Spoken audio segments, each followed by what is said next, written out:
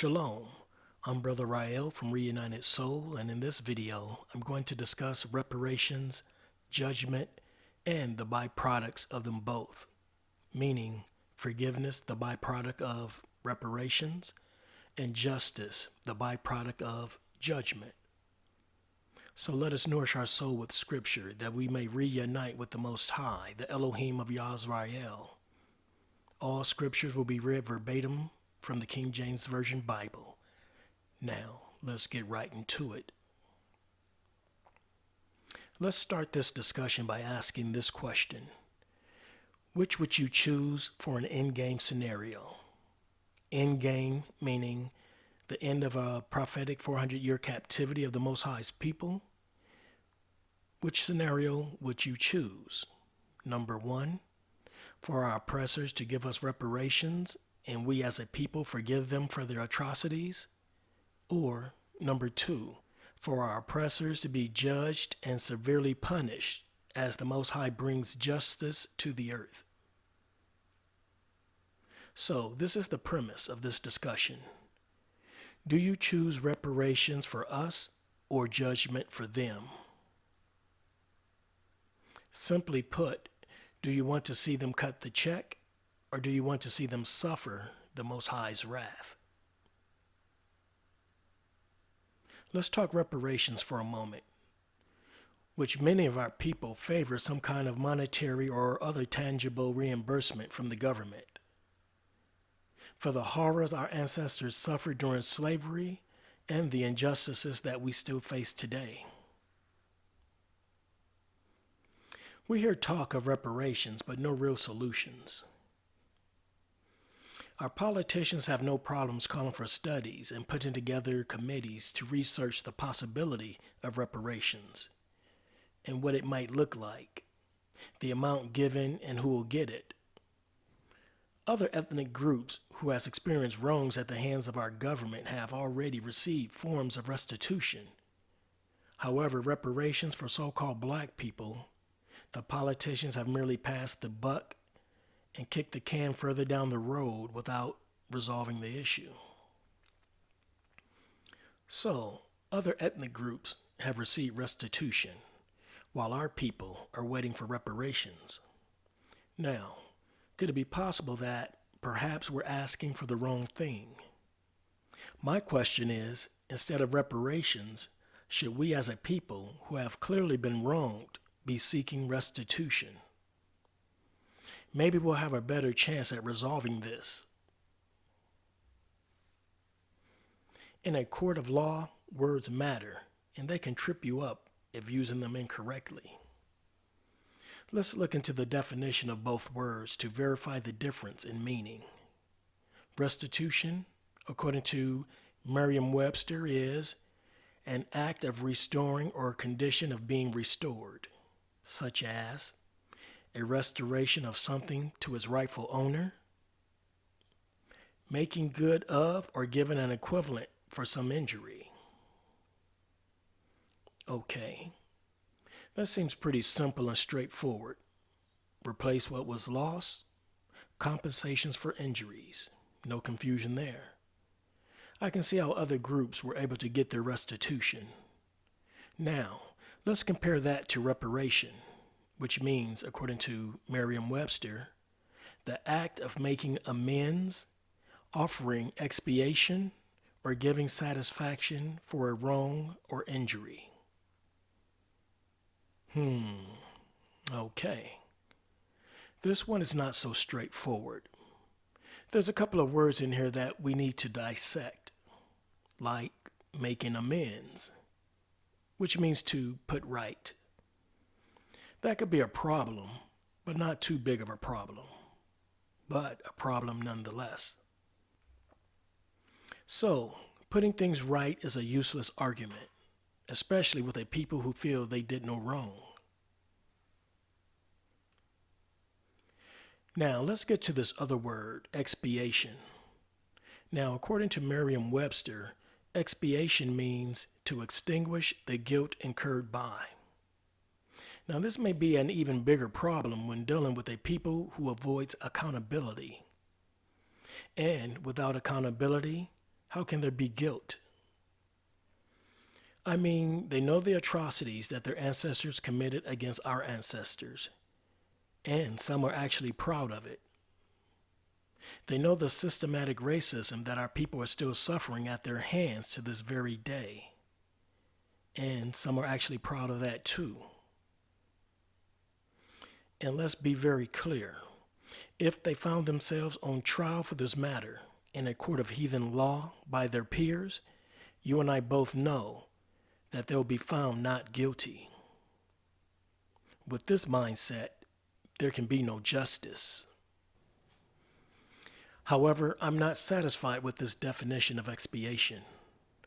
I usually go with Merriam-Webster for my definitions in my discussions, but they really seem to be tiptoeing around this word, expiation. Let's go to Cambridge for a little more depth. So, according to Cambridge, expiation means to show that you are sorry for bad behavior by doing something or accepting punishment. Boom, there it is right there. This is the reason why reparations will remain an open case. Restitution maybe, but reparations never. They'll shell out some dollars for restitution, but to show that they're sorry, not merely saying that they're sorry, but to show through action that they're sorry. And also to accept some form of punishment. Come on now, family. We simply know that that's not going to happen, which means that many of our people will continue to wait or even fight for something that our oppressor is not able to produce. Let me repeat that. Our people will continue to wait or even fight for something that our oppressor is not able to produce. They couldn't produce it even if they wanted to. And I'll get into that in a moment. So yeah, those of you who are expecting something tangible from our oppressors, you may want to change the wordage of your claim to restitution instead of reparations. Just saying. Remember, at the beginning of this discussion, I posed a question. Which would you choose for an endgame scenario? Now, we get into the other endgame scenario, that our oppressor will be judged and severely punished as the Most High brings justice to the earth. Would this be your choice? For those of us that cannot be satisfied with any tangibles of restitution because, as we just covered, reparations is not an option, judgment would be our endgame scenario of choice. I'm certain that many would agree that you cannot put a price on the horrors our people suffered. Or, I should rather say that man by himself is not able to pay for the damage done to our people. But trust me when I say that the Most High has the invoice for what was done to his people, and he will exact judgment on those who must pay that debt. Many cannot comprehend the immense gravity of this debt that must be paid. However, as a people, that is not our problem. There will be no committees formed to study who's responsible and how this debt will be paid. There will be no negotiations as to how or when it will be taken. No haggling over the amount that must be paid up front. The Most High has an eye for an eye system of justice. And he's called the great and terrible Elohim of Yisrael for good reason.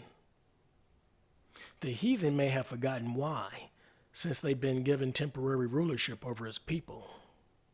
In their pride and arrogance, the heathen will say that they will rebuild whenever disaster strikes. The heathen cannot say, the Most High willing, we will rebuild. No, not at all. It's just not in their nature. Nor is it in their nature to repent or make atonement for their transgressions.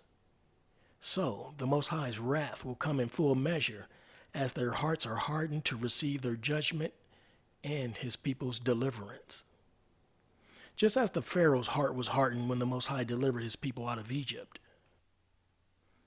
The Most High used Pharaoh to display signs and wonders for his people's first exodus, and will do the same to the heathen for his people's second exodus while scattered to the four corners of the earth.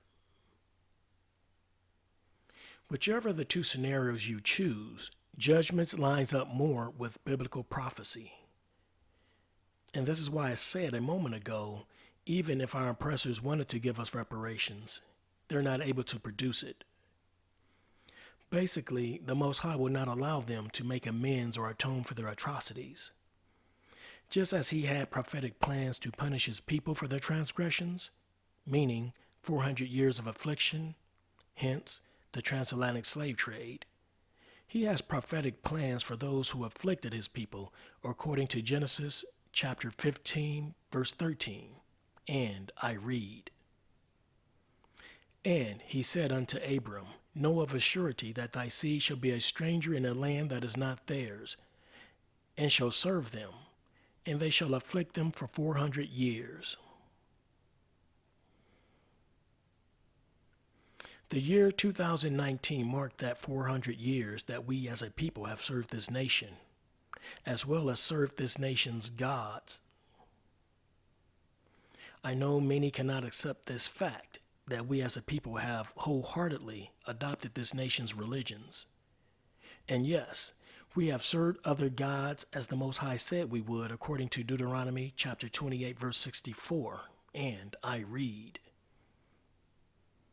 And the Lord shall scatter thee among all people, from one end of the earth even unto the other, and there thou shalt serve other gods, which neither thou nor thy fathers have known, even wood and stone.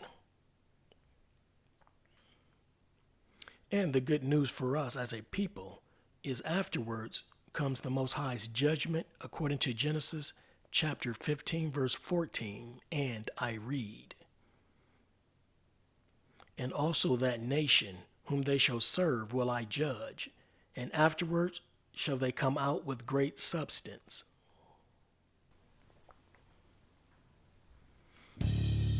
So, are we experiencing this judgment? Only the Most High knows for certain. However, life, as this nation knows it, has changed in 2020 with a worldwide pandemic, businesses shut down, massive unemployment, social activities halted, including religious gatherings, worldwide protests, riots, flooding, record high temperatures, and apocalyptic firestorms in the nation's western states. To many people, this is just pure coincidence and an unfortunate string of events, or just a bad year. In the past, this nation has always recovered from bad times.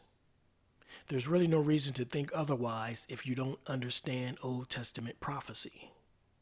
However, those of us who do are watching intently. So, not only will the Most High judge our oppressors, but he's going to provide great substance for his people. Reparations from our oppressors, forget about it. Think about what you're doing. You're trying to make a moral appeal to someone who's morally bankrupt. It's a fool's errand. Fighting for reparations is just a distraction at this point. Family, we're on the eve of our deliverance. And looking back at our ancestors' deliverance out of Egypt, the Most High had just one simple demand for Pharaoh, and that was to stop mistreating his people. No, wait a minute. That's not right. Let me try that again. The Most High had just one simple demand for Pharaoh, and that was to pay reparations to his people for all that free slave labor Egypt enjoyed. No, that's not it either. But you see where I'm going with this, right? Now here's the truth of the matter. The Most High had just one simple demand for Pharaoh, and that was to let his people go, that they may serve him. And by him I mean the Most High and no other. The children of Yisrael served Egypt, and now it was time for them to serve the Most High. But we all know that Pharaoh didn't let them go. No, not at all. The Most High hardened Pharaoh's heart so he could display his signs and wonders to his people. And before they left, they spoiled the Egyptians that they may have what was needed for their journey. Now fast forward to today. We as the Most High's people have served this nation for the prescribed 400 years. We suffered affliction as prophecy dictated. Now can you guess what happens next? The Most High is coming for his people. So what do you think the Most High will demand of our oppressors? He's going to demand that they let us go, that we may serve him. And like the good-hearted people that they are, they're going to be more than happy to comply. Unfortunately for them, that won't be the case.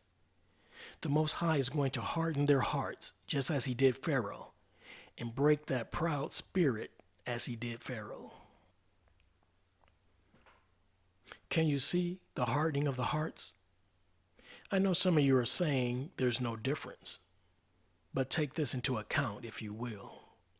With everything that's going on in 2020, we're looking at almost 200,000 COVID deaths in the U.S., 30 million people unemployed in the U.S., and natural disasters all around us.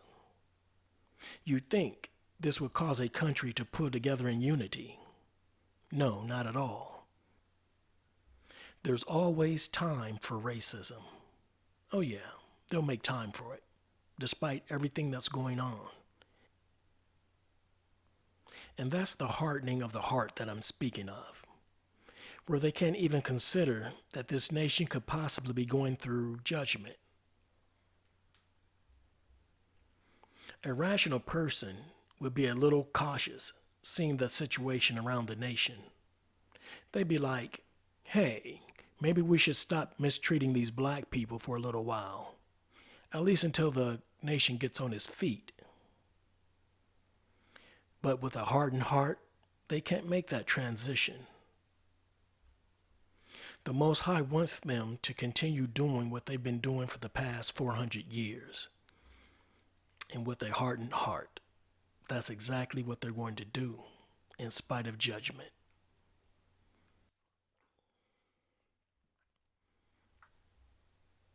Another thing we must factor into this equation, that Egyptian bondage for our ancestors was before the covenant. And what I mean by that is, with the covenant, the price for afflicting the Most High's people is now the destruction of that nation. If you need receipts, you can always use the powerful nations of Assyria and Babylon, who were both destroyed after the Most High used them to punish his people. Assyria enslaved the northern kingdom of Yisrael, and Babylon enslaved the southern kingdom of Yehuda. And the Most High punished them both, according to Jeremiah chapter 50, verse 18. Neither nation exists today, yet Egypt still stands.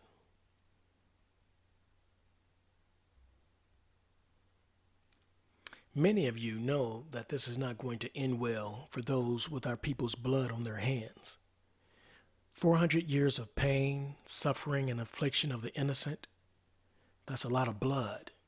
Although they can look at their hands, it may appear clean to them in the natural, but best believe in the spirit, there's blood up to their elbows. I know the argument they'll use today is that they didn't have slaves. That happened a long time ago. That wasn't them who hung our ancestors on trees. It was their forefathers who did that, not them. That argument may win their freedom in a court of heathen law, but not with the Most High, according to Numbers chapter 14, verse 18, and I read, "The Lord is long-suffering and of great mercy, forgiving iniquity and transgression, and by no means clearing the guilty, visiting the iniquity of the fathers upon the children unto the third and fourth generation." And what a coincidence. We're currently at the fourth generation that the Most High said he would visit for the iniquities of the fathers. Like our ancestors in Egypt, who put blood on their doorposts to be identified and spared while the Most High smote Egypt, the blood on their forefathers' hand will find them while the Most High brings judgment to this nation. I know it may not sound fair to them, but neither was our slavery. And knowing that we serve an eye for an eye Elohim, they have good reason to be very concerned. And not just those of European descent. Every immigrant group that has dwelled in this nation has afflicted the Most High's people directly or indirectly. That must have been a required agreement for their immigration approval to come here, to exploit us and take us for a spoil without mercy, so they can be elevated above us. Can you think of any immigrant group that's worse than our people economically? I think you'll be hard-pressed to find one, if one exists. Now, some of our people are friends with these various peoples that I just mentioned. Some are even married to them. Some may have children by them. We have a glimpse of what our ancestors' deliverance from Egypt was like. The question is, what will deliverance look like while some of our people are joined at the hip with our oppressors? That's indeed a discussion for another day. Reparations and forgiveness, or judgment, justice, and great substance? Which one do you prefer? That is the question of this discussion. Feel free to share with us in the comment section. And please, be respectful. With that being said, always keep your trust in the Most High. Love Him with all your heart, with all your soul, and with all your might. See to it that your household is in line with the word of the Most High as best you can. I thank you for taking the time to watch. Again, I am Rael, your reunited soul brother. And with that, I say to you, Shalom.